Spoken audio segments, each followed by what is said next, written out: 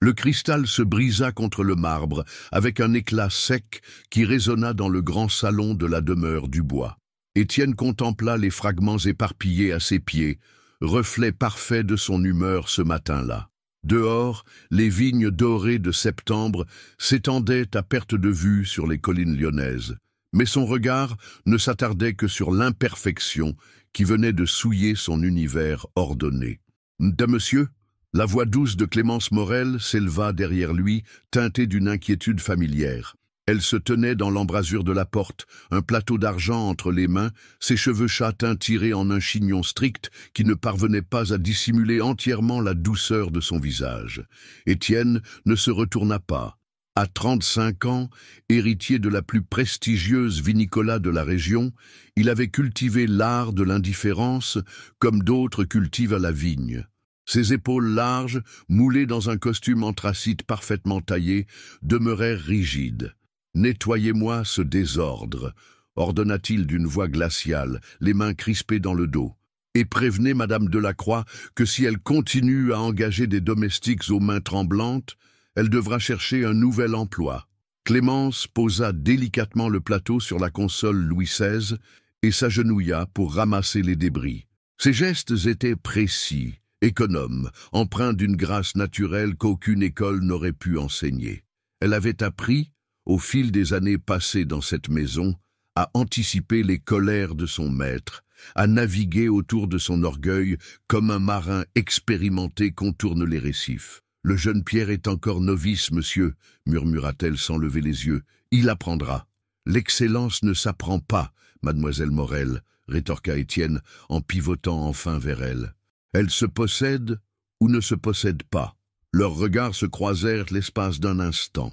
Les yeux de Clémence, d'un brun profond comme la terre des vignobles, reflétaient une patience infinie, une compréhension qui mettait Étienne mal à l'aise. Il y avait dans ce regard quelque chose qui le déstabilisait, une sorte de vérité nue qu'il préférait ignorer. La jeune femme avait 28 ans, mais les épreuves de la vie avaient creusé de fines rides au coin de ses yeux. Son visage, dépourvu de fard et de sophistication, portait les marques d'une beauté simple, presque rustique, que la haute société lyonnaise jugeait sans intérêt. Ses robes de coton noir, toujours impeccables mais sans prétention, dissimulaient une silhouette gracile que personne ne prenait la peine de remarquer. « Votre correspondance, monsieur, » dit-elle en se relevant, tendant une pile de lettres cachetées. « Et monsieur Girard vous attend dans votre bureau pour discuter des préparatifs du bal. » Étienne saisit les lettres sans un mot de remerciement. C'était leur routine quotidienne depuis 8 ans, depuis que Clémence avait quitté sa Bourgogne natale pour venir servir dans cette maison. Elle était arrivée comme gouvernante pour sa sœur cadette Isabelle, alors âgée de 15 ans, et était restée après le mariage de cette dernière, devenant peu à peu indispensable à l'organisation de la maisonnée. « Ah, le fameux bal !» soupira-t-il, en parcourant rapidement ses lettres. « Encore une mascarade où tout Lyon viendra parader dans mes salons. »« C'est une tradition familiale importante, » rappela doucement Clémence. « Votre père y tenait beaucoup. » Le nom de son père fit frémir Étienne. Henri Dubois, disparu 3 ans plus tôt, avait été un homme respecté, aimé même, qui savait allier affaires et humanité. Tout le contraire de son fils, qui avait transformé l'entreprise familiale en machine impitoyable, sacrifiant les relations humaines sur l'autel de la rentabilité. « Mon père était un sentimental, » marmonna Étienne. « Moi, je suis un homme d'affaires. Et un homme tout court, » ajouta Clémence si bas qu'il faillit ne pas l'entendre. Il la dévisagea, surpris par cette remarque inhabituelle. Clémence baissa immédiatement les yeux, rougissant légèrement, comme si les mots avaient échappé à sa surveillance habituelle. Un silence tendu s'installa entre eux, troublé seulement par le tic-tac de l'horloge comtoise, qui trônait dans un coin du salon. Étienne sentit quelque chose remuer en lui, une émotion qu'il s'empressa d'étouffer. « Prévenez monsieur Girard que j'arrive, » dit-il sèchement, en se dirigeant vers la porte. « Et... mademoiselle Morel ? » ?»« Oui, monsieur. Veillez à ce que tout soit parfait pour ce bal. Je ne tolérerai aucune imperfection. » « Aucune. » Clémence acquiesça silencieusement, Mais quelque chose dans son expression suggérait qu'elle avait perçu autre chose dans ses paroles, une vulnérabilité que son maître tentait désespérément de masquer derrière sa froideur habituelle. Seule dans le grand salon, elle acheva de nettoyer les éclats de cristal, chaque fragment reflétant la lumière dorée de septembre comme autant de larmes figées. Elle ne pouvait pas savoir que ce bal, qui devait célébrer la réussite des Dubois, allait bouleverser à jamais l'équilibre fragile de leur existence. Dehors, les vendangeurs entonnaient leurs chants traditionnels, leurs voix portées par le vent d'automne.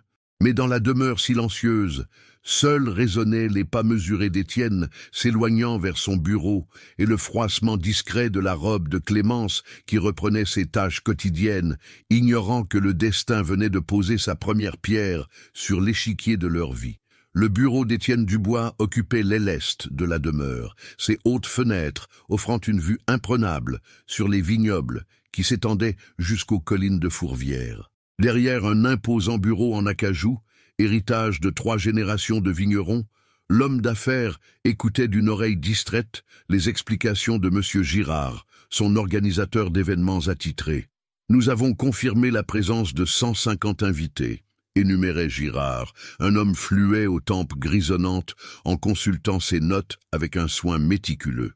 La crème de Lyon sera présente, les Beaumont, les Mercier, les Delacroix bien sûr, et même quelques personnalités parisiennes. Monsieur Julien Lefebvre, l'écrivain à la mode, a accepté notre invitation. Étienne tapotait impatiemment son stylo en or contre le cuir du bureau. Ces noms ne lui évoquaient que des sourires factices et des conversations creuses, un théâtre social auquel il participait par obligation plus que par plaisir. L'orchestre, s'enquit-il machinalement. Le quartet de la Croix, naturellement. Ils interpréteront un répertoire classique pour la première partie de la soirée, puis quelques valses plus modernes pour satisfaire les plus jeunes invités.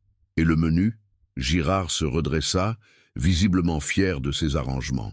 Chef Moreau a conçu un menu en 7 services, mettant à l'honneur les produits du terroir lyonnais. Les vins, bien entendu, proviendront exclusivement de vos caves. Le Château Dubois 1998 pour accompagner le gibier et votre cuvée spéciale pour le toast. Un coup discret à la porte interrompit leur discussion. Clémence apparut, portant un plateau avec du thé fumant et des petits fours délicatement arrangés. « Pardonnez-moi, messieurs », dit-elle en posant le plateau sur une table basse. Madame Beaumont a téléphoné pour confirmer qu'elle viendrait accompagnée de sa nièce, mademoiselle Charlotte. Dois-je ajuster le plan de table ? Girard leva les yeux vers elle avec un mélange de reconnaissance et de condescendance. « Ah, parfait. Oui, placez donc mademoiselle Charlotte près de monsieur Étienne. Une jeune fille charmante, paraît-il, et fort bien éduquée. » Étienne observa Clémence, qui prenait note de ses instructions avec son habituelle efficacité. Quelque chose dans son expression, une ombre fugace de tristesse peut-être, attira son attention.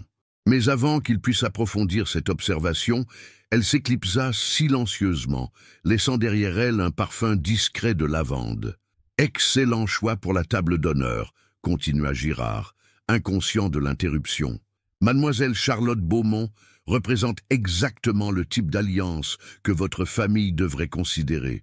Fortune, éducation, lignée irréprochable.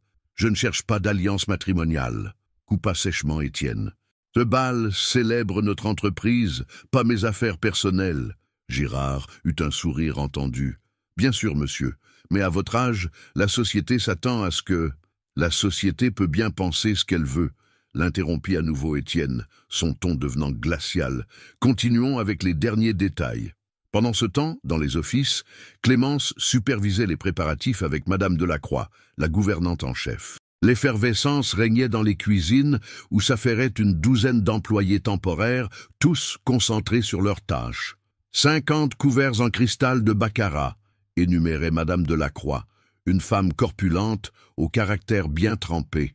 Service en porcelaine de Limoges, argenterie familiale. Il ne faudra aucune erreur, Clémence. Monsieur Étienne ne pardonne pas. Je sais, répondit simplement Clémence en vérifiant la liste. Tout sera parfait. Vous devriez vous préparer, vous aussi, ajouta Madame Delacroix, avec un clin d'œil complice. Un bal dans cette maison, cela n'arrive qu'une fois par an. Pourquoi ne pas profiter un peu de la musique depuis la galerie? Clémence secoua la tête avec un sourire triste. Ma place n'est pas là-haut, Madame Delacroix. Je veillerai au bon déroulement depuis les cuisines. Dommage, soupira la gouvernante. Une belle robe, quelques bijoux, vous pourriez surprendre plus d'un invité. Les contes de fées n'existent que dans les livres, murmura Clémence en retournant à ses vérifications. L'après-midi s'écoula dans une activité fébrile. Les fleuristes transformèrent les salons en jardins d'intérieur, disposant des compositions somptueuses de roses blanches et de lys dorés. Les musiciens répétaient dans le grand salon, leurs notes cristallines résonnant dans toute la demeure. En fin de journée, Étienne fit une dernière inspection des lieux. Tout était effectivement parfait. Les cristaux étincelaient, les argenteries brillaient, les parquets cirés reflétaient les lumières des lustres vénitiens. Pourtant, quelque chose le tracassait, une sensation indéfinissable d'incomplétude. Il croisa Clémence dans le hall principal, où elle donnait ses dernières instructions au serveur. Elle avait troqué sa robe habituelle contre une tenue plus formelle, mais toujours aussi simple. Une robe bleu marine qui soulignait discrètement sa silhouette sans chercher à attirer l'attention. « Tout vous semble-t-il en ordre, monsieur » demanda-t-elle en remarquant son regard scrutateur. « Oui » répondit-il après une hésitation. « Vous avez fait du bon travail. » C'était là le compliment le plus proche qu'elle eût jamais reçu de sa part. Elle inclina légèrement la tête en signe de remerciement, mais il crut déceler dans ses yeux une lueur qu'il ne sut interpréter. Mademoiselle Morel? Oui, monsieur. Il ouvrit la bouche pour dire quelque chose, puis se ravisa. L'idée qui venait de germer dans son esprit lui semblait soudain absurde, déplacée même. Pourtant, une part de lui, une part qu'il ne reconnaissait pas, insistait. « Rien, dit-il finalement. Bonne soirée. » Mais alors qu'il montait vers ses appartements pour se préparer, Étienne ne parvenait pas à chasser de son esprit l'image de Clémence supervisant les préparatifs avec tant de grâce et de compétence. Une idée folle, provocante, commençait à prendre forme dans son esprit orgueilleux, une idée qui allait changer le cours de cette soirée et peut-être de leur vie. Le soir du bal était arrivé. Dès 18h, les premiers invités commencèrent à fouler le perron de la demeure du bois, leurs équipages s'alignant dans l'allée comme une procession de luxe et d'ostentation.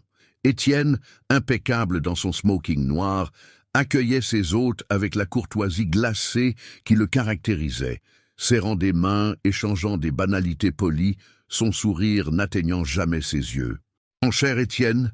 s'exclama Henri Beaumont en gravissant les marches du perron, sa corpulence sanglée dans un habit de soirée qui peinait à contenir son embonpoint. « Quelle magnifique soirée vous nous offrez !»« Bonsoir, Henri, » répondit Étienne en lui serrant la main. « Madame Beaumont, vous êtes ravissante. » Mathilde Beaumont, parée de diamants qui scintillaient sous les lumières du hall, minaudait avec l'assurance d'une femme habituée aux compliments. « Merci, mon cher. Permettez-moi de vous présenter ma nièce, Charlotte. » La jeune femme qui s'avança était effectivement tout ce que la bonne société lyonnaise pouvait produire de plus accompli. Blonde, élégante, le maintien parfait, la robe de soie bleue signée d'un grand couturier parisien. Elle tendit une main gantée qu'Étienne baisa selon l'étiquette. « Mademoiselle, dit-il poliment, j'espère que cette soirée vous plaira. »« J'en suis certaine, monsieur Dubois, » répondit Charlotte d'une voix mélodieuse mais légèrement affectée. « Votre réputation d'hôte parfait n'est plus à faire. » Pendant que se déroulaient ces civilités de surface, Clémence orchestrait dans l'ombre le ballet des domestiques. Elle circulait entre les cuisines et les salons, veillant à ce que chaque détail soit parfait. Les coupes de champagne toujours pleines, les canapés servis avec élégance, la musique au volume idéal. Vers 20h, le bal battait son plein. Le grand salon s'était transformé en un kaléidoscope de robes chatoyantes et d'habits sombres. L'orchestre jouait une valse de Strauss et plusieurs couples évoluaient déjà sur le parquet ciré. Les conversations fusaient, ponctuées d'éclats de rire cristallins et du tintement des verres. Étienne observait cette agitation depuis l'embrasure de la porte-fenêtre donnant sur la terrasse. À ses côtés, Charlotte Beaumont papotait avec animation, lui racontant ses derniers voyages à Paris, ses achats chez Worth, ses soirées à l'opéra. Il acquiesçait machinalement, son esprit ailleurs. Vous semblez préoccupé, monsieur Dubois, remarqua Charlotte en battant coquettement de ses cils fardés. Cette soirée ne vous plaît-elle pas? Si, bien sûr, mentit-il. Excusez-moi, les affaires. Oh, les hommes et leurs affaires, pouffa-t-elle. Mon oncle dit toujours que vous êtes l'homme le plus déterminé de Lyon.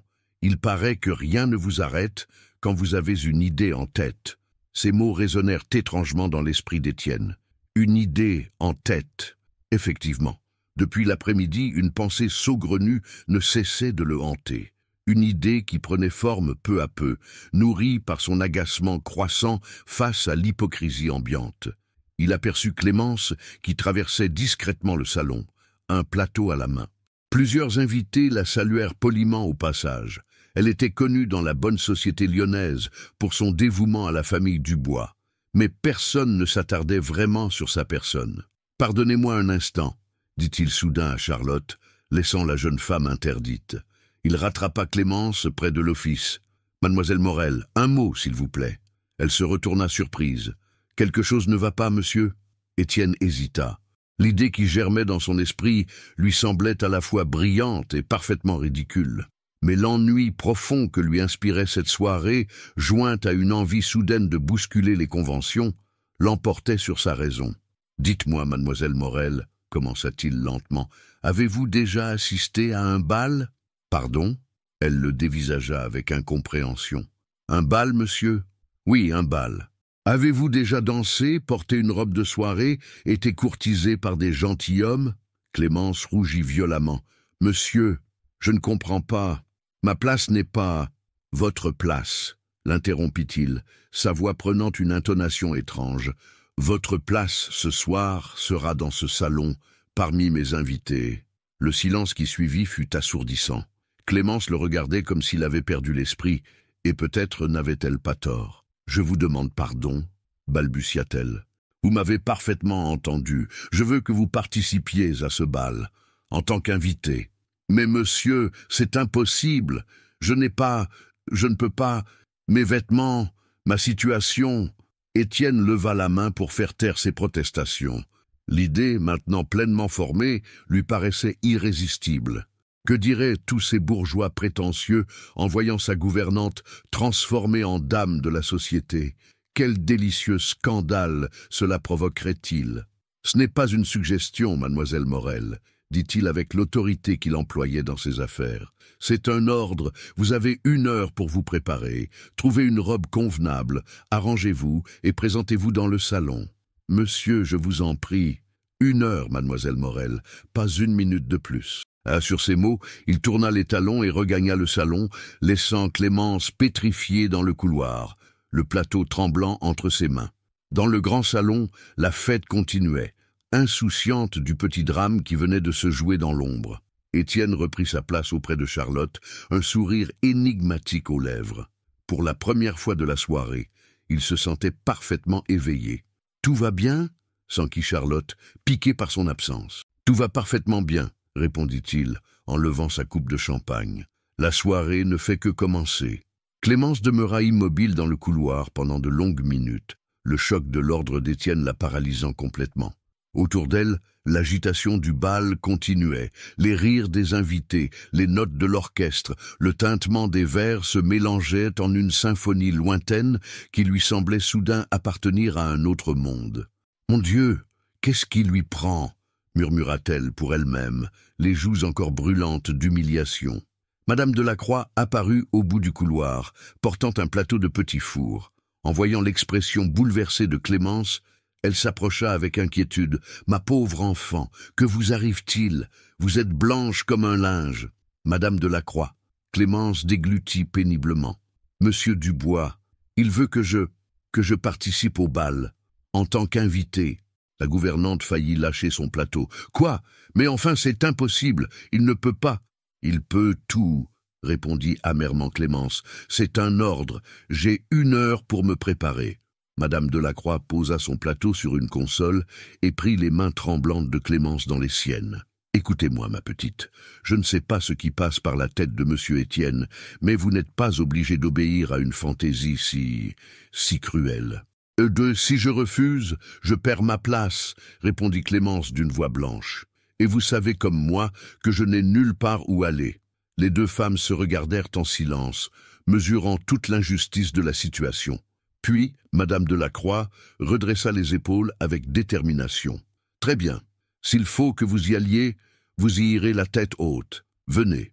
Elle entraîna Clémence vers les étages des domestiques, dans la petite chambre sous les toits que celle-ci occupait depuis 8 ans. La pièce était spartiate mais propre.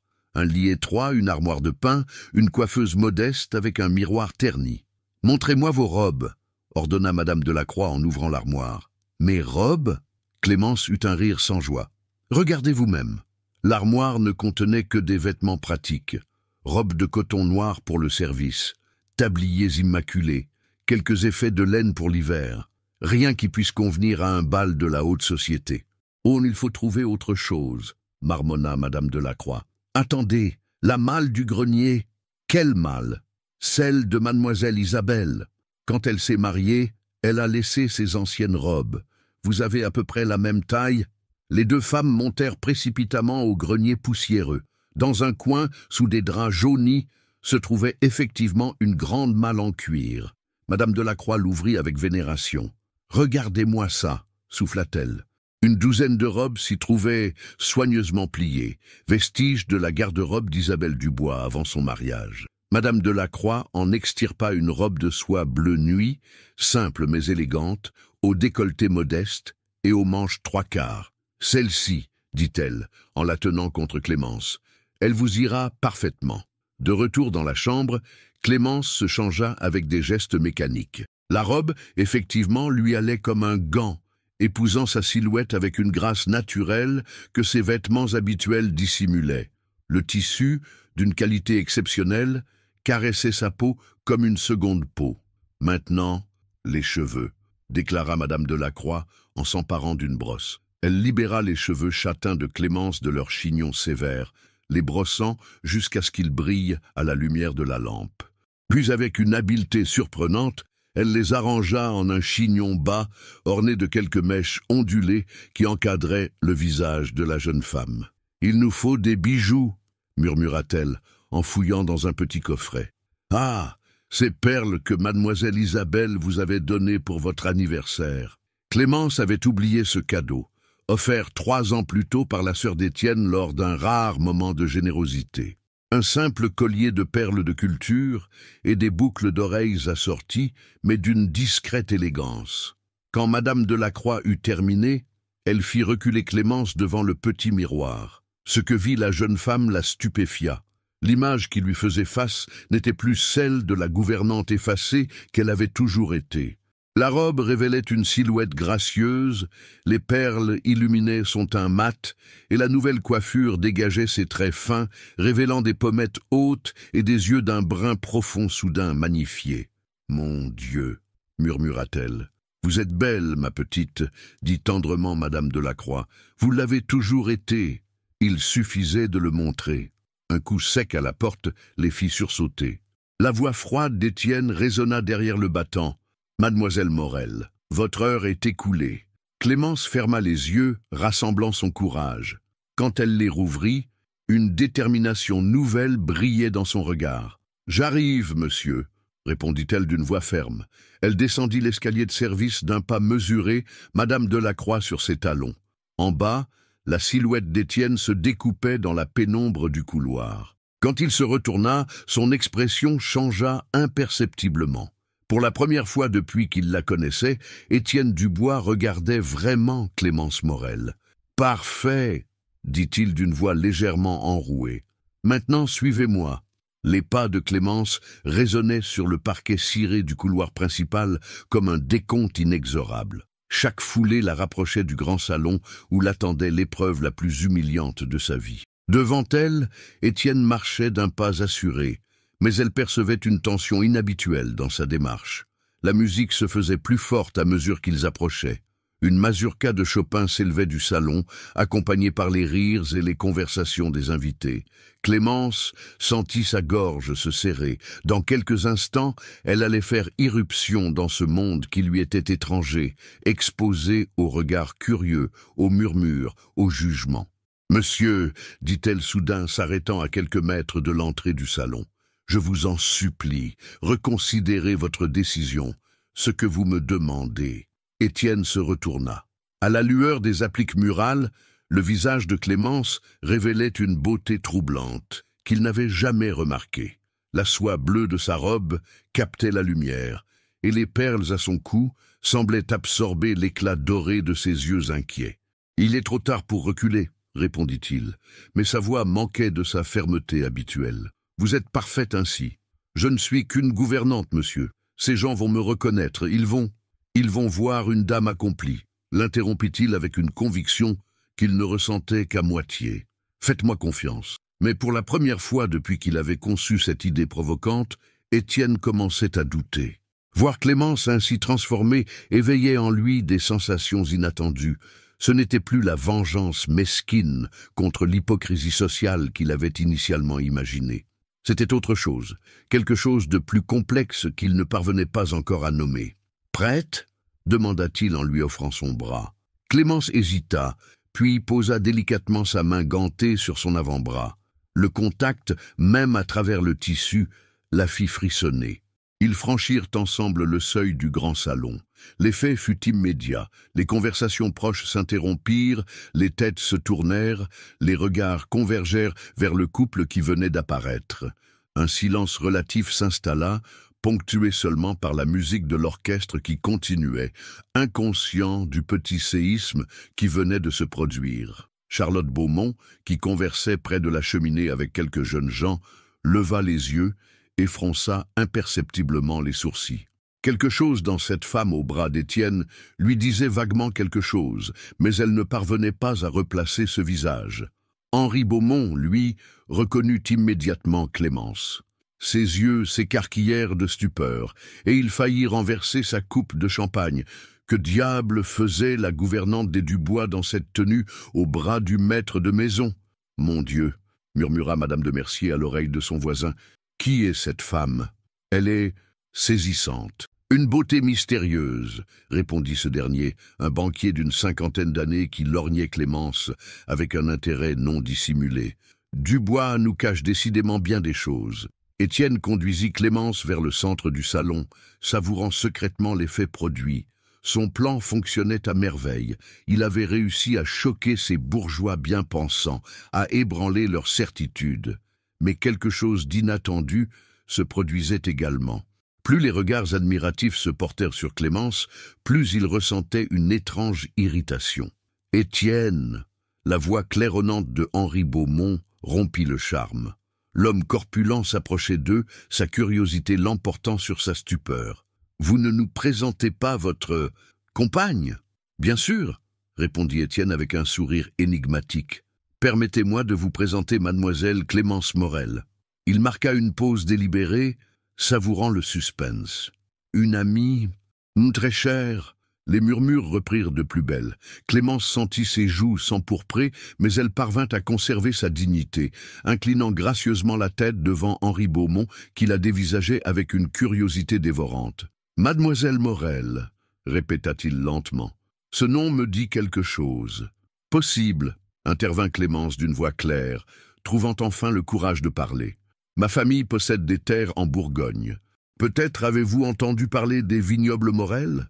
C'était un mensonge, mais prononcé avec tant d'assurance que Henri Beaumont acquiesça, peu désireux d'avouer son ignorance en matière vinicole devant Étienne. « Ah, bien sûr, les vignobles bourguignons, excellente réputation. » Clémence échangea un regard rapide avec Étienne, surprise de sa propre audace. Elle venait de découvrir qu'elle possédait des ressources insoupçonnées pour ce genre de situation. L'orchestre entama une nouvelle valse, et plusieurs couples se dirigèrent vers l'espace dégagé pour la danse. Étienne se tourna vers Clémence. « M'accorderiez-vous cette danse, mademoiselle ?» La question, bien que posée selon les règles de politesse, sonnait comme un ordre déguisé. Clémence acquiesça, consciente que tout le salon les observait. Étienne la conduisit sur la piste de danse et posa sa main sur sa taille. À cet instant, il réalisa qu'il n'avait jamais touché Clémence auparavant, pas même effleuré sa main. Le contact, même à travers les gants et les vêtements, provoqua en lui une sensation troublante. « Vous dansez ?» demanda-t-il à voix basse. Un peu, répondit-elle en posant sa main sur son épaule. Ma mère m'avait enseigné quelques pas, autrefois. La musique s'éleva, et ils commencèrent à évoluer sur le parquet ciré. Clémence dansait avec une grâce naturelle qui surprit Étienne. Ses pas étaient sûrs, son port de tête élégant, et elle semblait avoir retrouvé une assurance qui la transfigurait complètement. Autour d'eux, les autres couples avaient repris leurs évolutions, mais les regards continuaient de converger vers eux. Clémence et Étienne formaient un couple saisissant, lui sombre et aristocratique, elle lumineuse et mystérieuse. « Vous vous en sortez admirablement », murmura Étienne à son oreille. « Qui aurait cru que vous aviez tant de ressources cachées? Qui aurait cru que vous étiez capable d'une telle cruauté ?» répliqua-t-elle dans un souffle. La riposte le fit tressaillir. Dans ses yeux bruns, il lut un mélange de fierté blessée et de défi qui l'émut malgré lui. Pour la première fois depuis le début de cette soirée, Étienne Dubois commença à se demander s'il n'était pas en train de jouer avec le feu. La valse se termina dans un murmure de soie et un dernier accord de violon. Étienne et Clémence demeurèrent immobiles un instant, leurs regards accrochés l'un à l'autre, troublés par l'intimité inattendue de cette danse. Puis, les applaudissements polis de l'assistance les ramenèrent à la réalité. « Merci pour cette danse », dit Clémence en esquissant une révérence parfaite. Avant qu'Étienne puisse répondre, une voix masculine s'éleva derrière eux. Pardonnez mon audace, monsieur Dubois, mais pourriez-vous me présenter à cette dame charmante ?» Ils se retournèrent pour découvrir un homme d'une trentaine d'années, élégant, aux cheveux bruns ondulés et aux yeux vifs d'intelligence. Étienne le reconnut immédiatement.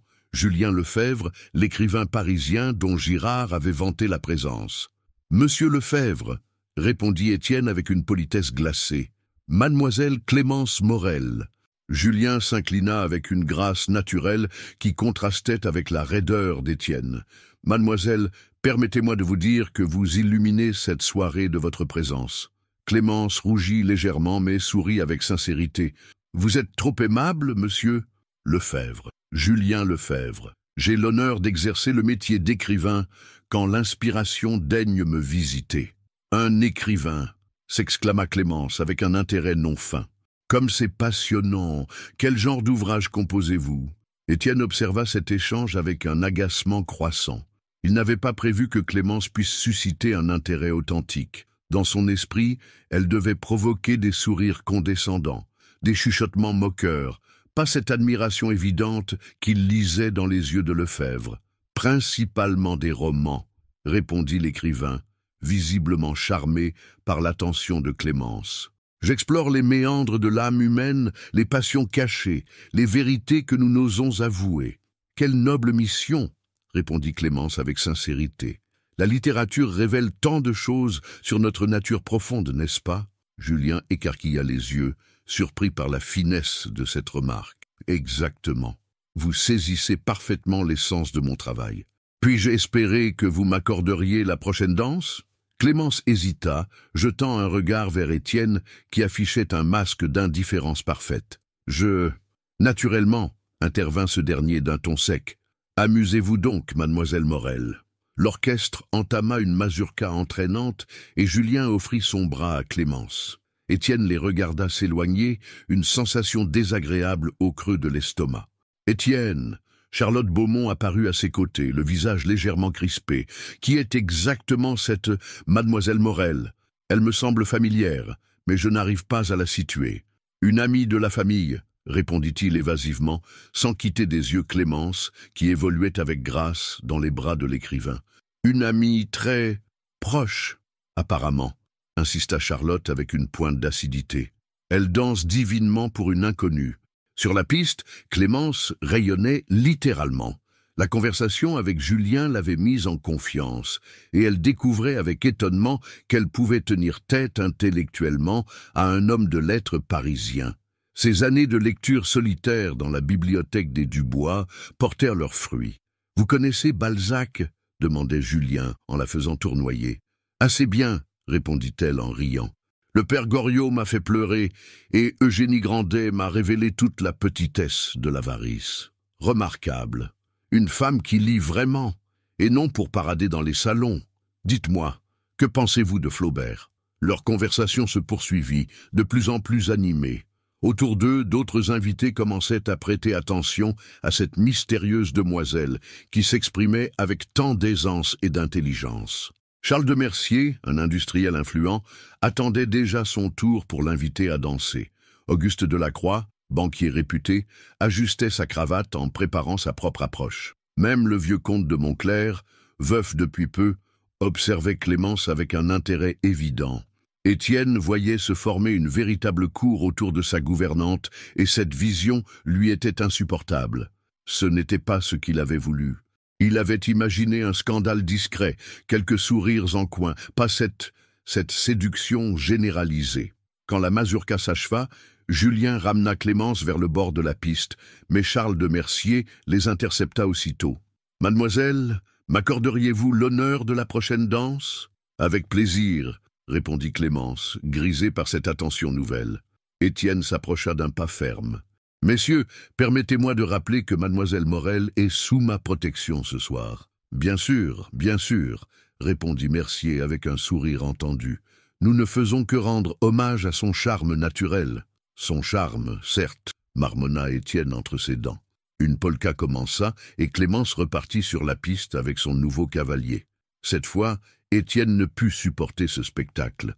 Il se dirigea vers le salon fumoir, espérant échapper à cette vision qui le perturbait plus qu'il ne voulait l'admettre. Mais même dans le refuge masculin du fumoir, les conversations tournaient autour de la mystérieuse beauté qui faisait sensation dans le grand salon. « Une perle rare, cette demoiselle Morel », déclarait Henri Beaumont, en tirant sur son cigare. « Une fraîcheur, une spontanéité qu'on ne trouve plus dans nos cercles habituels. » De cette intelligence, renchérissait un autre invité. Elle s'exprime avec une finesse remarquable. Dubois a vraiment l'œil pour découvrir les talents cachés. Étienne serrait les poings dans ses poches. Son plan génial se retournait contre lui de la façon la plus inattendue qui soit. Au lieu d'humilier Clémence, il l'avait révélée au monde. Et maintenant, il devait assister impuissant à sa conquête de la société lyonnaise. Pour la première fois de sa vie, Étienne Dubois comprenait ce que signifiait le mot « jalousie ». Étienne finit par quitter le fumoir, incapable de supporter plus longtemps les éloges répétés sur Clémence. En regagnant le grand salon, il découvrit un spectacle qui acheva de l'exaspérer.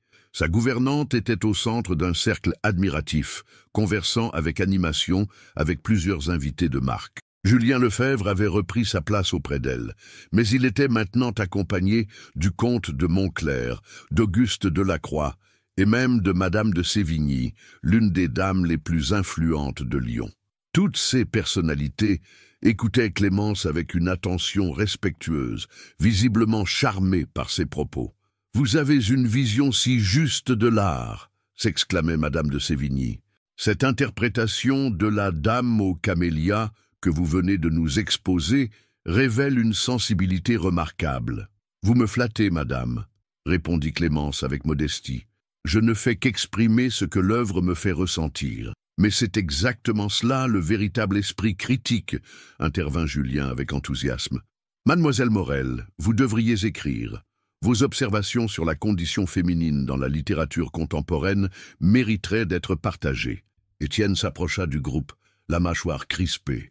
Charlotte Beaumont le suivait, de plus en plus agacée par l'attention que monopolisait cet inconnu. « Mesdemoiselles, messieurs, » dit-il d'une voix qui se voulait désinvolte, « j'espère que mademoiselle Morel ne vous ennuie pas avec ses opinions. » Un silence gêné accueillit cette remarque. Clémence leva vers lui des yeux blessés, mais conserva sa dignité. « Au contraire, » protesta le comte de Montclair, « mademoiselle nous enchante par sa conversation. Il est si rare de rencontrer une dame aussi cultivée et sincère. »« Sincère » répéta Étienne avec un sourire ambigu. « Voilà bien un mot intéressant. » Clémence comprit immédiatement la menace voilée. Son maître était en train de lui rappeler sa véritable condition, de la ramener à sa place. La colère monta en elle, une colère froide et déterminée. « Monsieur Dubois a raison, » dit-elle en se levant gracieusement. « La sincérité est une qualité rare dans notre société. Mais heureusement, il en existe encore des âmes capables de reconnaître la valeur d'une personne au-delà des apparences. » Cette réplique, prononcée avec une élégance parfaite, fit mouche. Plusieurs invités échangèrent des regards entendus, percevant confusément une tension sous-jacente entre Étienne et sa mystérieuse compagne. « Admirable !» s'exclama Julien en applaudissant discrètement. « Mademoiselle Morel, vous m'inspirez pour mon prochain roman. Une héroïne qui défie les conventions avec tant de grâce. Vous me voyez honoré, » répondit Clémence, mais ses yeux ne quittaient pas Étienne. Bien que je doute que ma modeste existence puisse alimenter la fiction. L'orchestre entama une nouvelle valse et Auguste Delacroix s'inclina devant Clémence. « Mademoiselle, m'accorderez-vous cette danse ?»« Volontiers, » répondit-elle en acceptant sa main. Tandis qu'il s'éloignait vers la piste, Julien se tourna vers Étienne avec une curiosité non dissimulée. « Mon cher Dubois, où avez-vous donc découvert cette perle ? Mademoiselle Morel est absolument fascinante. » « C'est une ancienne relation de famille, » répondit Étienne évasivement. « Ancienne ?» Julien haussa un sourcil. « J'espère pour vous qu'elle deviendra rapidement plus actuelle. Une femme pareille ne doit pas rester longtemps sans attache. » Cette remarque frappa Étienne comme un coup de poing. L'idée que Clémence puisse séduire définitivement l'un de ces hommes, qu'elle puisse leur échapper à jamais, lui était insupportable. Sur la piste de danse, Clémence évoluait avec Delacroix, mais son esprit était ailleurs. Elle réfléchissait aux paroles d'Étienne, à son attitude de plus en plus hostile. Elle comprenait maintenant qu'elle n'était qu'un jouet dans ses mains, un instrument de sa vengeance contre une société qu'il méprisait tout en faisant partie. « Vous semblez préoccupée, mademoiselle, » remarqua son cavalier. « Ces mondanités vous pèsent-elles ?»« Un peu, » avoua-t-elle. « Je ne suis pas habitué à tant d'attention. Pourtant, vous la méritez amplement. Votre conversation m'a rappelé celle de ma défunte épouse. Elle avait, comme vous, cette faculté de voir au-delà des convenances. Delacroix était un homme d'une 50aine d'années, veuf depuis 2 ans, respecté dans les milieux d'affaires pour son intégrité. Son compliment toucha Clémence par sa sincérité. « Merci, monsieur, c'est très aimable. Ce n'est pas de l'amabilité, c'est de l'admiration. Permettez-moi une question indiscrète. Vos relations avec monsieur Dubois sont-elles définitives ?» Clémence faillit trébucher. « Que voulez-vous dire ? Pardonnez ma franchise, mais un homme comme moi qui a connu le bonheur conjugal reconnaît certains signes. Il vous regarde comme un homme qui a peur de perdre ce qui lui est cher, mais vous le regardez comme une femme blessée par celui qu'elle... » Il s'interrompit. « Excusez-moi, je me mêle de ce qui ne me regarde pas. » Clémence sentit ses joues s'empourprer. Était-elle si transparente ? Ses sentiments pour Étienne, qu'elle s'efforçait de nier depuis des années, étaient-ils si évidents ? « Monsieur Delacroix, » murmura-t-elle, « vous vous trompez sur mes sentiments. »« Peut-être, » répondit-il avec un sourire triste, « mais je ne me trompe pas sur les siens. » Quand la valse s'acheva, Clémence était troublée par cette conversation. En regagnant le bord de la piste, elle croisa le regard d'Étienne qui l'observait avec une intensité dévorante. Pour la première fois de la soirée, elle y lut autre chose que de la colère ou de l'arrogance. Elle y lut une vulnérabilité qui la bouleversa. Mais avant qu'elle puisse analyser ce moment, Charlotte Beaumont se matérialisa devant elle, le sourire crispé et les yeux brillants de malveillance. « Ma chère mademoiselle Morel, » dit-elle d'une voix doucereuse, « j'ai l'impression que nous nous sommes déjà rencontrés. N'étiez-vous pas... »« Charlotte !» L'intervention ferme d'Étienne interrompit la phrase dangereuse. « Venez donc, j'aimerais vous présenter le comte de Montclair. » Il entraîna la jeune femme.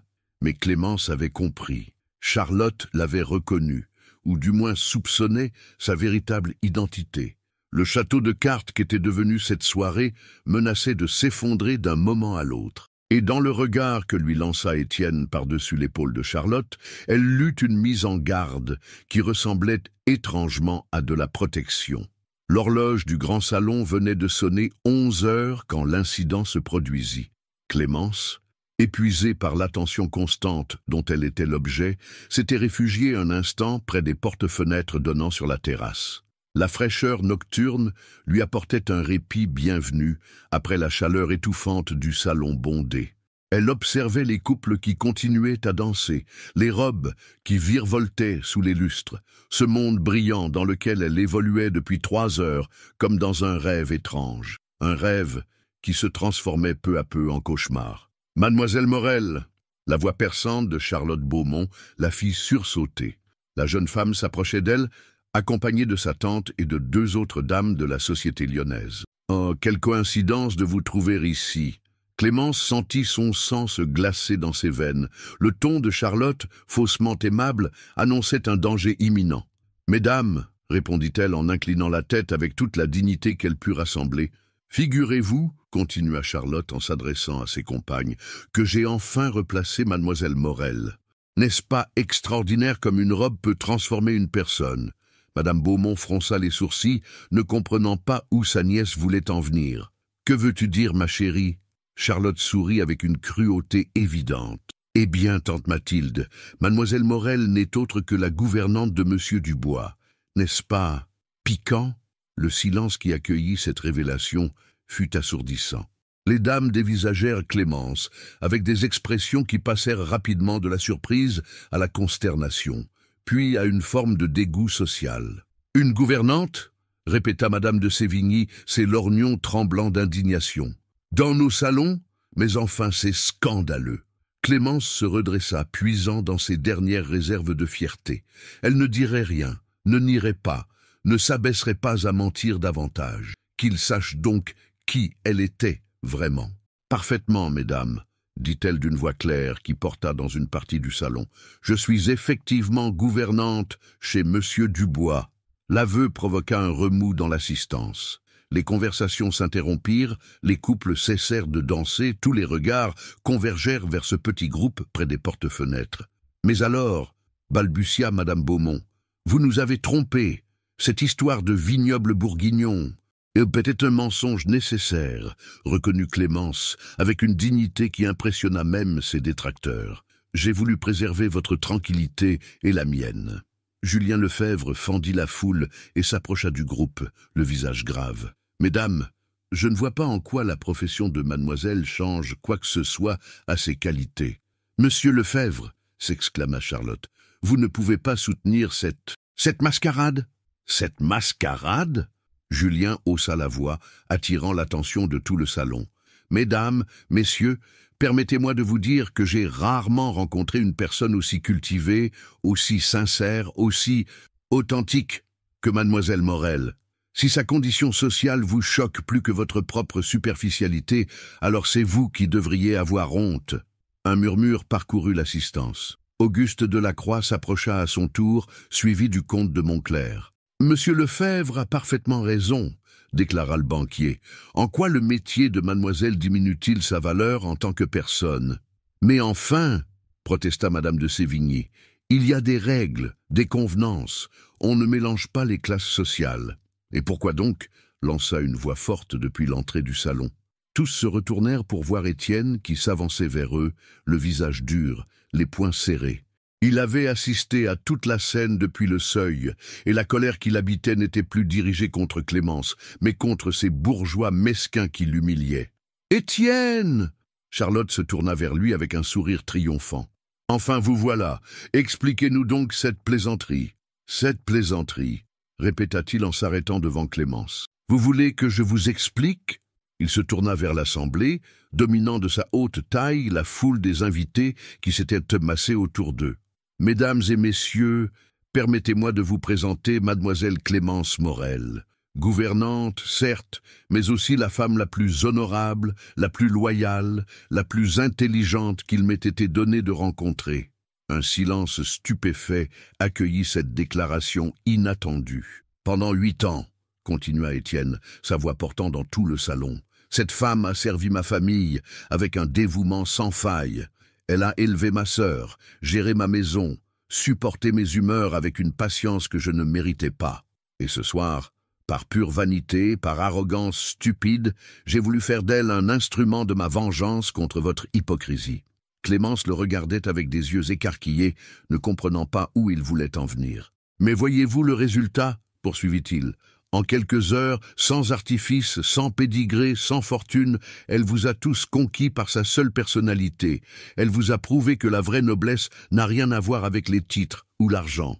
Charlotte Beaumont était devenue livide. « Étienne, vous ne pouvez pas… »« Si, je peux », l'interrompit-il avec véhémence. « Et je vais même vous dire autre chose. Cette femme vaut 100 fois n'importe laquelle d'entre vous. » Il se tourna vers Clémence, et dans ses yeux, elle lut quelque chose qu'elle n'avait jamais vu, du respect, de l'admiration, et peut-être autre chose. « Mademoiselle Morel, dit-il d'une voix soudain adoucie, accepteriez-vous de m'accorder cette dernière danse ?»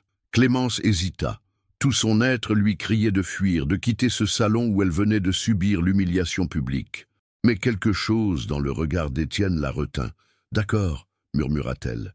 Il lui offrit son bras et ensemble, sous les regards médusés de l'assistance, ils se dirigèrent vers le centre de la piste de danse déserte. L'orchestre, troublé par cette scène inhabituelle, attendait un signe.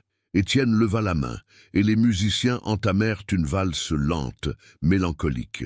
Tandis qu'ils commençaient à danser, seul au milieu du salon silencieux, Clémence chuchota « Pourquoi avez-vous fait cela ?»« Parce que… » répondit-il en la regardant droit dans les yeux, « j'ai enfin compris qui était la vraie dame dans cette assemblée. » La valse semblait suspendue dans le temps.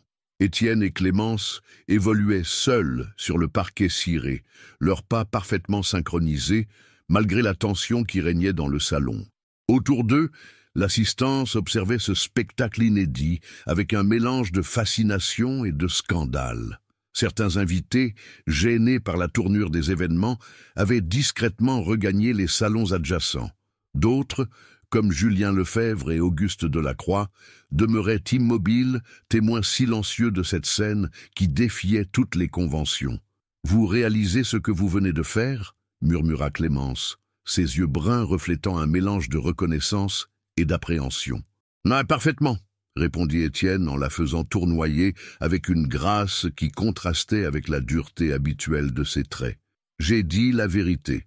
Pour une fois dans ma vie, votre réputation, vos affaires, cette société que vous fréquentez. Au diable ma réputation !» L'intensité de sa réponse la surprit. « Au diable ces gens et leurs règles hypocrites. Savez-vous ce que j'ai compris ce soir, Clémence ?» L'usage de son prénom, prononcé avec une tendresse qu'elle ne lui connaissait pas, la fit frémir. « Que j'ai passé 8 années de ma vie à côtoyer la femme la plus remarquable de Lyon sans jamais vraiment la voir. J'étais aveuglé par mes préjugés, par mon orgueil stupide, par cette obsession du rang social qui pourrit notre époque. » Clémence sentit ses yeux s'embuer. « Monsieur, Étienne, corrigea-t-il doucement. « Appelez-moi Étienne. »« Étienne, » répéta-t-elle dans un souffle. « Vous ne pouvez pas effacer 8 années d'indifférence par quelques mots prononcés dans la colère. »« Ce ne sont pas des mots prononcés dans la colère, » répliqua-t-il en resserrant imperceptiblement son étreinte. « C'est la reconnaissance tardive d'un aveuglement coupable. » La musique atteignait son crescendo, et leurs mouvements se faisaient plus intimes, plus expressifs. Ils ne dansaient plus pour l'assistance, mais l'un pour l'autre, dans une bulle d'intimité que même les regards hostiles ne parvenaient plus à percer. « Et maintenant ?» demanda Clémence. « Que va-t-il se passer quand cette valse se terminera? Quand nous redeviendrons le maître et sa gouvernante ?» Étienne s'arrêta de danser, la gardant dans ses bras, alors que la musique continuait autour d'eux. Ses yeux plongèrent dans les siens avec une intensité qui la bouleversa. « Il ne peut plus y avoir de retour en arrière, Clémence. Pas après ce soir, pas après ce que j'ai ressenti en vous voyant briller aux yeux de tous ces hommes. »« Qu'avez-vous ressenti ?» chuchota-t-elle, son cœur battant si fort qu'elle était certaine qu'il l'entendait. « De la jalousie, une jalousie féroce, possessive, qui m'a révélé des sentiments que je refusais d'admettre depuis toujours peut-être. » Les dernières notes de la valse s'égrenèrent dans le silence tendu du salon. Ils demeurèrent immobiles, face à face, oublieux du monde qui les entourait. « Mademoiselle Morel !» La voix tranchante de Charlotte Beaumont brisa le charme. « Puisque la comédie est terminée, ne devriez-vous pas regagner vos quartiers ?» Clémence tressaillit, rappelée brutalement à la réalité. Étienne se tourna vers Charlotte, ses traits se durcissant instantanément. « Mademoiselle Beaumont !» dit-il d'une voix glaciale. « Permettez-moi de vous rappeler que vous êtes dans ma demeure et que j'y reçois qui bon me semble. »« Votre demeure, certes, » répliqua Charlotte, soutenue par sa tante et plusieurs autres dames. « Mais nous ne pouvons cautionner une telle mascarade. »« Alors partez, » rétorqua Étienne sans l'ombre d'une hésitation. « Les portes vous sont ouvertes. » Un silence de mort accueillit cette invitation au départ. Jamais dans l'histoire de la société lyonnaise, un hôte n'avait ainsi congédié ses invités. Henri Beaumont s'approcha, le visage rouge de colère et d'embarras. « Étienne, vous ne pouvez pas nous chasser comme des domestiques. Nous sommes vos amis, vos associés. »« Mes associés en affaires, peut-être, » répondit Étienne en se redressant de toute sa hauteur. « Mes amis, sûrement pas. Un ami ne viendrait pas dans ma maison pour y humilier une personne que j'estime. » Il avait failli dire autre chose. Clémence l'avait senti. Le mot « aime » avait effleuré ses lèvres avant qu'il ne se ravise. Julien Lefebvre s'avança alors, rompant la tension. « Monsieur Dubois, permettez-moi de vous féliciter pour votre courage. Il fallait du caractère pour tenir tête ainsi aux conventions. » Il se tourna vers Clémence et s'inclina profondément. « Mademoiselle Morel, cette soirée restera gravée dans ma mémoire. Votre grâce, votre intelligence, votre dignité face à l'adversité, tout cela mérite le plus grand respect. » Auguste Delacroix approuva d'un hochement de tête. « Monsieur Lefebvre a raison. Mademoiselle, vous avez montré ce soir ce qu'était la vraie noblesse. » Quelques autres invités, touchés par cette prise de position, s'approchèrent pour saluer respectueusement Clémence. Mais la majorité, menée par les Beaumont, se dirigeait déjà vers la sortie, le menton haut et l'air outragé. « Vous le regretterez, Dubois, » lança Henri Beaumont depuis le seuil. « Cette folie vous coûtera cher. »« Qu'il en soit ainsi, » répondit Étienne sans ciller. Quand les derniers invités hostiles eurent quitté la demeure, un silence étrange s'installa. Les quelques personnes restantes, Julien, Auguste, le comte de Montclair et 2 ou 3 autres, formaient un petit groupe autour d'Étienne et de Clémence. « Eh bien, » soupira Julien avec un sourire, « voilà un bal qui ne ressemble à aucun autre. » Mais Clémence ne souriait pas. La réalité de ce qui venait de se passer commençait à la rattraper. Étienne avait sacrifié sa position sociale pour elle, et elle ne savait pas si elle devait s'en réjouir ou s'en alarmer. Car au-delà des mots tendres et des gestes protecteurs, une question demeurait: qu'allait-il devenir maintenant que tous les masques étaient tombés? Minuit venait de sonner, quand les derniers invités bienveillants prirent congé. Julien Lefebvre fut le dernier à partir, non sans avoir glissé discrètement à Clémence une carte de visite. « Si jamais vous souhaitiez écrire, mademoiselle, » dit-il avec un clin d'œil complice, « j'ai des relations dans l'édition parisienne. Votre esprit mérite d'être partagé. » Clémence accepta la carte avec reconnaissance, touchée par cette marque de confiance. Quand la porte se referma sur lui, elle se retrouva seule avec Étienne dans le grand salon jonché de verres abandonnés et de serviettes froissées. Le silence qui s'installa entre eux était chargé de tout ce qui venait de se passer.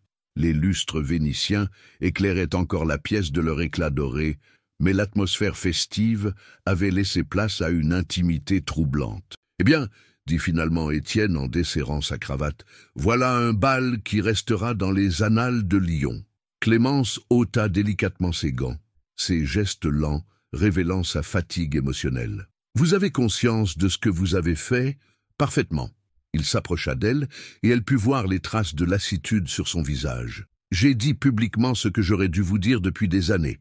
Et demain, quand le scandale se sera répandu dans tout Lyon, quand vos associés vous tourneront le dos, » Étienne eut un sourire amer. « Mes associés ne me tourneront pas le dos, Clémence. Ils ont trop besoin de mes contrats et de mon argent. Ils bougonneront, certes, mais ils reviendront. C'est cela, le monde des affaires. Et les autres? La société? La société, il s'interrompit, cherchant ses mots. La société m'a toujours ennuyé. J'y participais par obligation, par habitude. Ce soir, j'ai enfin eu le courage de montrer ce que j'en pensais vraiment. » Clémence s'approcha de la cheminée où mourait un feu de bois. Les braises rougeoyantes projetaient des ombres dansantes sur son visage, soulignant la finesse de ses traits que la robe d'Isabelle révélait si bien. « Et moi ?» demanda-t-elle sans se retourner. « Quelle place ai-je dans tout cela ?» La question flotta dans l'air comme un défi. Étienne s'approcha d'elle, assez près pour sentir le parfum délicat de lavande qui émanait de ses cheveux. « Vous » il marqua une pause, pesant chaque mot. « Vous êtes la personne la plus importante de ma vie. Et il m'a fallu cette soirée pour m'en rendre compte. » Clémence se retourna enfin, ses yeux brillants dans la lumière des flammes. « Vous parlez sous le coup de l'émotion, Étienne. Demain, quand tout sera rentré dans l'ordre, rien ne rentrera dans l'ordre, l'interrompit-il avec véhémence. Comment pourrait-il en être autrement? Comment pourrais-je vous regarder désormais comme ma simple gouvernante, après avoir dansé avec vous, après avoir vu l'admiration dans les yeux de tous ces hommes, après avoir ressenti cette jalousie qui m'a révélé la vérité? Quelle vérité? Chuchota-t-elle, son cœur battant à tout rompre.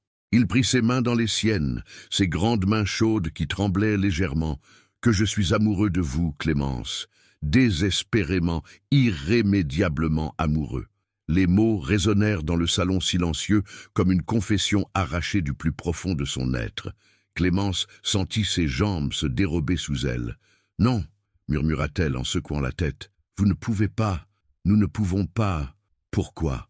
Il resserra son étreinte sur ses mains. « Parce que vous êtes ma gouvernante ? Parce que la société le désapprouve, mais nous venons de leur montrer ce que nous pensions de leur opinion. Parce que, dit-elle d'une voix brisée, parce que vous êtes Étienne Dubois, et que je ne suis que Clémence Morel. Parce que demain vous regretterez ces paroles. Parce que l'amour ne suffit pas toujours à combler les différences. » Étienne lâcha ses mains et fit un pas en arrière, comme giflé par ces paroles. « Vous ne me croyez pas ? Clémence porta ses mains à ses tempes, submergée par l'émotion. « Je ne sais plus que croire. Cette soirée a été comme un rêve, Étienne. Un rêve merveilleux et terrible à la fois. Mais les rêves se terminent toujours au petit matin. Et si celui-ci ne se terminait pas? Et si nous décidions de le faire durer ?» Elle le regarda longuement, lisant dans ses yeux une sincérité qui la bouleversait. Mais la peur était plus forte que l'espoir. « J'ai besoin de réfléchir, » dit-elle finalement. « Cette soirée nous a tout changé. J'ai besoin de temps pour comprendre ce qui s'est passé. » Étienne acquiesça, même si la déception se lisait sur son visage. « Je comprends. Prenez le temps qu'il vous faut. Mais Clémence, oui, ne doutez jamais de la sincérité de mes sentiments. Ce soir, pour la première fois de ma vie, j'ai été entièrement moi-même. » Clémence hocha la tête, incapable de prononcer un mot de plus. Elle se dirigea vers la porte, puis s'arrêta sur le seuil. « Bonne nuit, Étienne.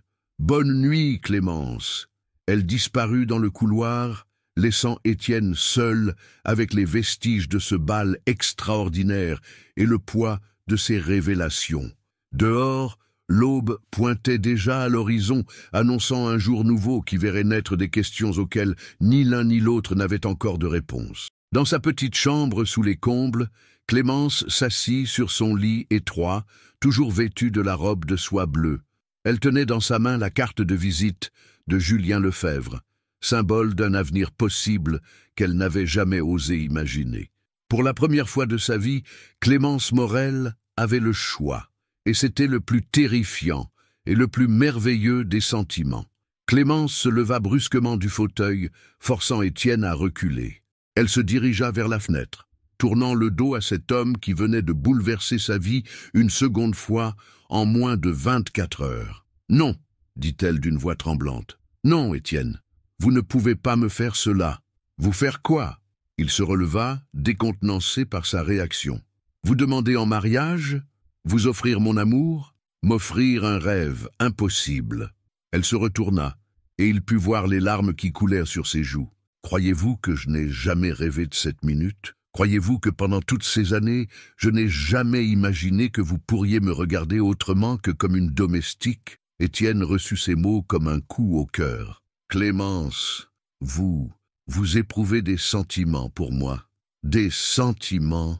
Elle eut un rire amer. « Étienne, je vous aime depuis le premier jour où j'ai franchi le seuil de cette maison. J'ai aimé votre fierté, votre intelligence, même votre froideur. J'ai aimé l'homme que vous étiez quand vous pensiez que personne ne vous regardait, quand vous vous occupiez de votre sœur, quand vous vous inquiétiez pour vos employés. Il fit un pas vers elle, mais elle leva la main pour l'arrêter. « Mais ce n'est pas suffisant, Étienne. L'amour ne suffit pas à effacer 8 années d'humiliation, de mépris, d'indifférence. Je n'ai jamais eu l'intention de vous humilier. Non, peut-être pas consciemment, l'interrompit-elle. Mais vous l'avez fait. Combien de fois m'avez-vous regardé comme si j'étais invisible? Combien de fois avez-vous parlé de moi en ma présence comme si je n'étais qu'un meuble? Combien de fois avez-vous reçu des invités qui me complimentaient sur la tenue de votre maison sans même reconnaître mon existence? Chaque question frappait Étienne comme une gifle. Il revoyait maintenant tous ces moments avec une clarté douloureuse, comprenant enfin la blessure qu'il avait infligée sans s'en rendre compte. « Vous avez raison, » admit-il d'une voix brisée. « J'ai été aveugle, cruel même. Mais Clémence, hier soir était un miracle, reconnut-elle en s'essuyant les yeux. Pendant quelques heures, j'ai été celle que vous regardiez avec admiration, celle que vous protégiez, celle que vous aimiez. Mais c'était une illusion, Étienne. Une illusion créée par une robe de soie et quelques bijoux. Non !» Il s'élança vers elle, la saisissant par les épaules. « Ce n'était pas la robe, Clémence, c'était vous. Votre intelligence quand vous parliez avec Lefebvre, votre grâce quand vous dansiez, votre dignité quand ils vous ont attaqué. La robe n'a fait que révéler ce qui était déjà là. » Elle se dégagea doucement de son étreinte. « Et si c'était vrai? Et si vous m'épousiez vraiment? Que se passerait-il quand la passion des premiers temps se serait apaisée? Quand vous vous lasseriez de jouer les révolutionnaires? Quand la société commencerait à vous manquer? Jamais. Vous en êtes certain? » Elle le défia du regard. « Vous êtes prêt à renoncer définitivement à votre rang, à vos relations, à cette position sociale qui définit qui vous êtes depuis votre naissance? » Étienne ouvrit la bouche pour répondre, puis se tut. Cette question touchait au cœur de ses doutes les plus profonds, ceux qui l'avaient empêché de dormir toute la nuit. « Je vois, » murmura Clémence en lisant l'hésitation sur son visage. « Vous n'en êtes pas si certain, finalement. »« Mais si, je le suis, » dit-il enfin, mais sa voix manquait de conviction. « Ou du moins, je veux l'être. Vouloir ne suffit pas, Étienne. Le mariage, c'est pour la vie. Et je ne supporterai pas de devenir un jour pour vous un fardeau, un obstacle à votre bonheur. » Un long silence s'installa entre eux. Dehors, le soleil de septembre illuminait les vignobles, et la vie continuait son cours normal, indifférente au drame qui se jouait dans ce bureau. « Que proposez-vous alors ?» demanda enfin Étienne. « Que nous fassions comme si rien ne s'était passé? Que je redevienne le maître indifférent et vous la gouvernante invisible? » « Non, » répondit Clémence d'une voix ferme. « C'est impossible désormais. Mais il existe peut-être une autre solution. » Elle sortit de sa poche la carte de visite de Julien Lefebvre. « Monsieur Lefebvre m'a proposé de l'aider si je souhaitais écrire. Il a des relations dans l'édition parisienne. » Étienne écarquilla les yeux. « Vous voulez partir à Paris ? » « Je veux tenter ma chance, Étienne. Pour la première fois de ma vie, quelqu'un me propose un avenir basé sur mes capacités et non sur ma condition sociale. C'est terrifiant et merveilleux à la fois. » « Et nous ?» Sa voix était à peine audible. Clémence s'approcha de lui, posant délicatement sa main sur sa joue. « Si votre amour est sincère, s'il survit à mon absence, s'il résiste à l'épreuve du temps et de la distance, alors peut-être aurons-nous une chance. Vous me demandez d'attendre? Je vous demande de me laisser devenir celle que je peux être, loin de cette maison où je ne serai jamais que l'ancienne gouvernante. Je vous demande de prendre le temps de réfléchir vraiment à ce que signifierait notre union. Et si, dans 1 an, dans 2 ans, vous pensez toujours la même chose, alors je viendrai vous chercher, termina-t-il, comprenant enfin. Alors je vous attendrai, murmura-t-elle. Ils se regardèrent longuement, conscients que cette séparation était peut-être la seule façon de construire un amour véritable, dépouillé des illusions et des impulsions. « Quand partirez-vous » demanda Étienne. « Dans 1 semaine. Le temps de me préparer, de dire au revoir à Madame Delacroix, de me briser le cœur, acheva-t-il avec un sourire triste. De nous donner une chance d'être heureux, corrigea-t-elle doucement. Pour la première fois depuis le début de cette conversation, Étienne sourit vraiment.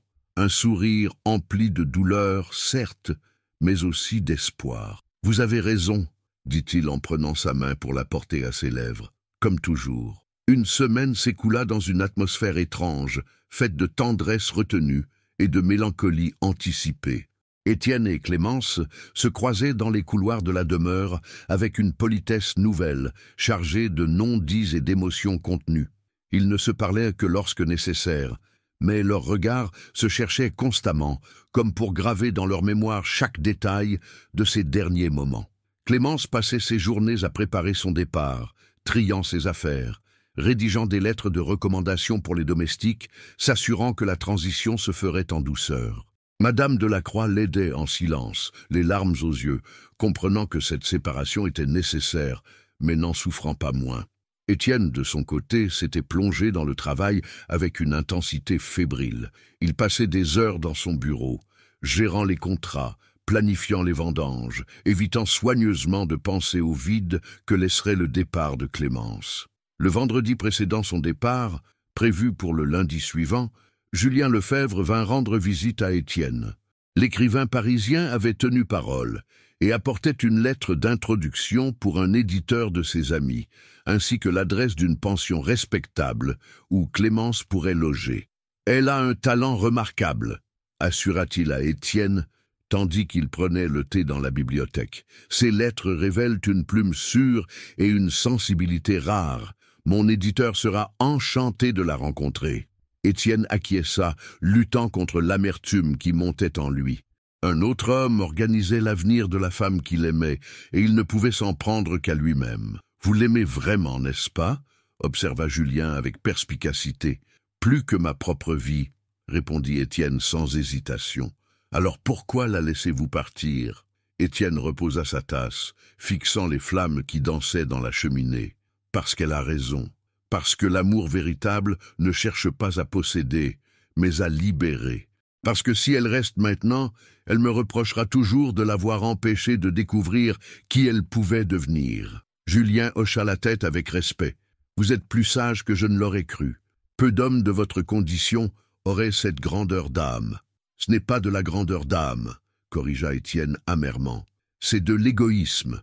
Je préfère la perdre temporairement que de la voir se faner entre ses murs. » Le dimanche soir, la dernière soirée de Clémence dans la demeure du Bois, Étienne frappa à la porte de sa chambre. Elle lui ouvrit, vêtue de sa robe de voyage, ses cheveux tirés en un chignon simple.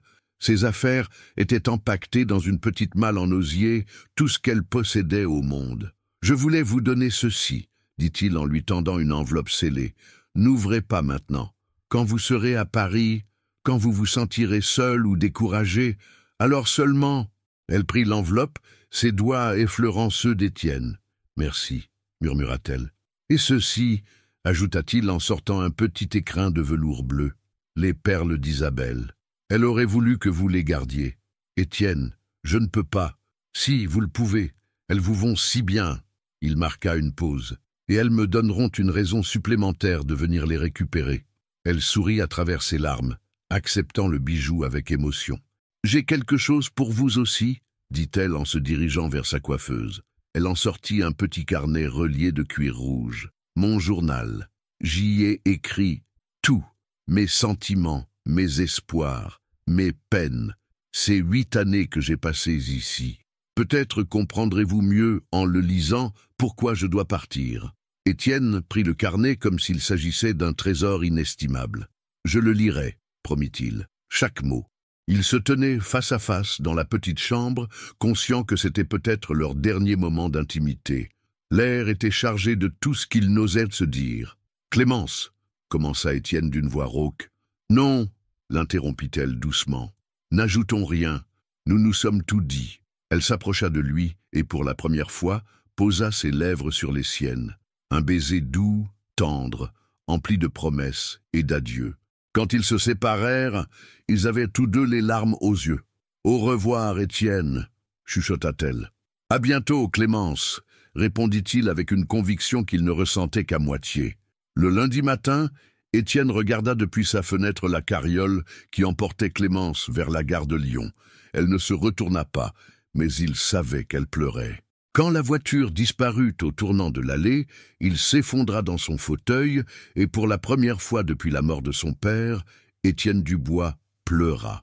Dans la carriole qui la menait vers son nouveau destin, Clémence serrait contre elle l'enveloppe qu'il lui avait donnée et les perles d'Isabelle. Elle pensait à la robe de soie bleue, rangée dans sa malle, symbole d'une métamorphose qui avait changé sa vie à jamais. Elle ne savait pas encore si cette séparation était un commencement ou une fin. Mais pour la première fois de son existence, elle avançait vers l'inconnu avec courage, portée par l'espoir et par un amour qui, qu'il survive ou non à l'épreuve du temps, avait déjà transformé 2 vies à jamais. Le soleil de septembre éclairait la route qui menait vers Paris, vers l'avenir, vers toutes les possibilités que recèle un cœur qui a enfin appris à espérer. Les feuilles dorées de l'automne parisien voltaient doucement devant la fenêtre du petit appartement de Clémence, rue de Vaugirard. Installée à son bureau, elle relisait pour la dernière fois les épreuves de son premier roman, Les Masques du cœur, qui devait paraître la semaine suivante chez Calman Levy. Une année s'était écoulée depuis son départ de Lyon. Une année de découverte, de lutte, de solitude parfois, mais aussi de liberté et d'accomplissement. Grâce à l'introduction de Julien Lefebvre, elle avait d'abord publié quelques nouvelles dans des revues littéraires. Puis son talent avait été remarqué par l'éditeur qui lui avait proposé un contrat pour un roman. L'histoire qu'elle avait choisi de raconter était, sans surprise, celle d'une gouvernante qui découvrait l'amour dans un monde qui lui était interdit. Mais elle l'avait transposé, enrichi, universalisé, en faisant un plaidoyer pour l'égalité des cœurs au-delà des différences sociales. Un coup discret à sa porte l'arracha à ses pensées.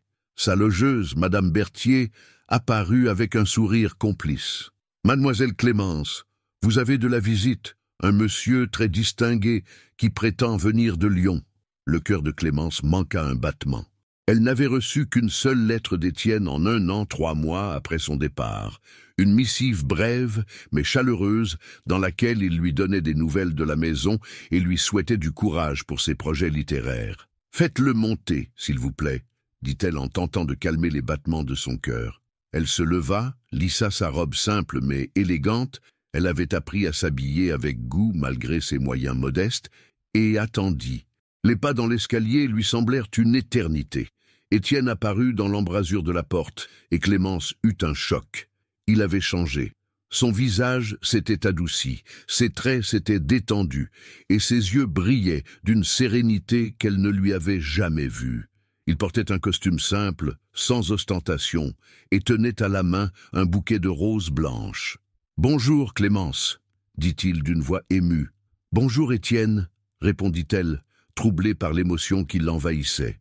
Ils se regardèrent longuement, mesurant les changements que cette année de séparation avait apportés. Lui la trouvait plus belle que jamais, épanouie, rayonnante de cette confiance en soi qu'elle avait conquise. Elle découvrait en lui un homme transformé, débarrassé de son arrogance et de sa froideur. « Vous êtes venu pour... » commença-t-elle. « Pour tenir ma promesse, » répondit-il simplement. « J'ai dit que si, dans 1 an, je pensais toujours la même chose, je viendrais vous chercher. Et pensez-vous toujours la même chose ?» Il s'avança vers elle, posant les roses sur son bureau avant de prendre ses mains dans les siennes. « Je vous aime, Clémence, plus qu'il y a 1 an, plus que je ne l'aurais cru possible. Cette séparation m'a appris que vous étiez non seulement la femme que je désirais, mais celle dont j'avais besoin pour devenir l'homme que je voulais être. » Clémence sentit les larmes monter à ses yeux. « Et qu'est-il arrivé à Lyon, à votre position sociale, à vos affaires ?» Étienne sourit. « Mes affaires se portent mieux que jamais. J'ai découvert qu'être authentique dans mes relations me valait plus de respect que tous mes artifices d'autrefois. Quant à ma position sociale... » Il haussa les épaules. « J'ai gardé les amis qui valaient la peine d'être gardés. Les autres ne me manquent pas. Et la demeure ? Vendue. » Cette révélation la stupéfia. « J'ai acheté une propriété plus modeste en Bourgogne, près du village où vous avez grandi. J'y produis du vin en respectant la terre et les hommes qui la travaillent. » Clémence écarquilla les yeux. « Vous avez tout changé ? » « J'ai changé ma vie pour qu'elle ait un sens, pour qu'elle soit digne de la femme que j'aime. » Il caressa doucement sa joue. « Et vous, cette année à Paris, votre livre ?»« Mon livre paraît la semaine prochaine, » dit-elle avec fierté. « J'ai trouvé ma voie, Étienne. J'ai découvert que je pouvais exister par moi-même, créer, être utile au monde. J'en suis heureux, dit-il sincèrement. et fier. Mais il hésita. Y a-t-il une place dans cette nouvelle vie pour un ancien aristocrate reconverti en vigneron bourguignon? Clémence sentit son cœur se gonfler de bonheur. Cet homme qui se tenait devant elle n'était plus le maître hautain qui l'avait humilié par orgueil. C'était un homme qui avait eu le courage de se remettre en question, de changer, de construire une vie qui correspondait à ses valeurs profondes. « Il y en a une », murmura-t-elle. « Si vous êtes prêt à épouser une femme qui voudra continuer à écrire, qui ne renoncera jamais à son indépendance d'esprit, qui... » Il l'interrompit en posant ses lèvres sur les siennes, un baiser tendre et passionné qui scellait leurs retrouvailles. Quand ils se séparèrent, il riait et pleurait à la fois. « J'ai apporté quelque chose », dit-il en sortant de sa poche l'enveloppe qu'il lui avait donnée 1 an plus tôt. « Vous ne l'avez jamais ouverte. Je n'en ai jamais eu besoin, » avoua-t-elle. « Votre souvenir me suffisait dans les moments difficiles. Ouvrez-la maintenant. » Clémence décacheta l'enveloppe avec des gestes tremblants. À l'intérieur, elle trouva un simple feuillet sur lequel était écrit de la main d'Étienne. « Quoi qu'il arrive, où que vous soyez, sachez que vous avez changé ma vie à jamais. Vous m'avez appris que l'amour véritable consiste à vouloir le bonheur de l'autre plus que le sien propre. Si vous lisez ces lignes, c'est que vous en avez besoin. Alors souvenez-vous, vous êtes la femme la plus extraordinaire que j'ai jamais rencontrée, et le monde a besoin de votre lumière. Ne l'oubliez jamais.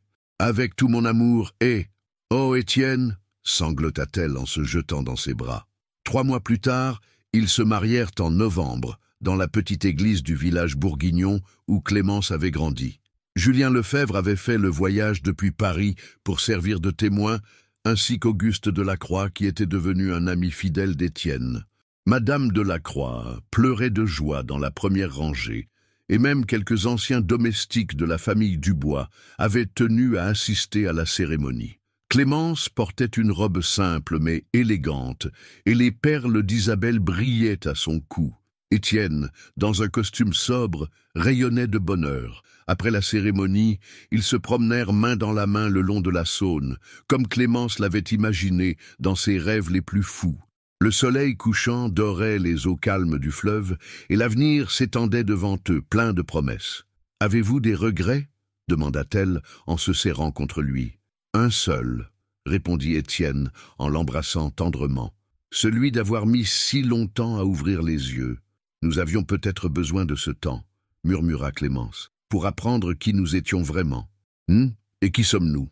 2 âmes qui ont eu la chance de se trouver malgré les apparences et les conventions. 2 cœurs qui ont choisi l'amour véritable plutôt que la facilité. » Étienne sourit, contemplant le visage de sa femme dans la lumière dorée du couchant. « Alors nous sommes les plus riches du monde. » Ils continuèrent leur promenade en silence, savourant la paix retrouvée, conscients que leur amour, né dans la douleur et mûri dans la séparation, était désormais assez fort pour résister à toutes les épreuves. Dans le lointain, les cloches du village sonnaient l'Angélus, bénissant cette union qui prouvait que l'amour véritable ne connaît ni maître ni serviteur, mais seulement 2 âmes égales devant l'éternité.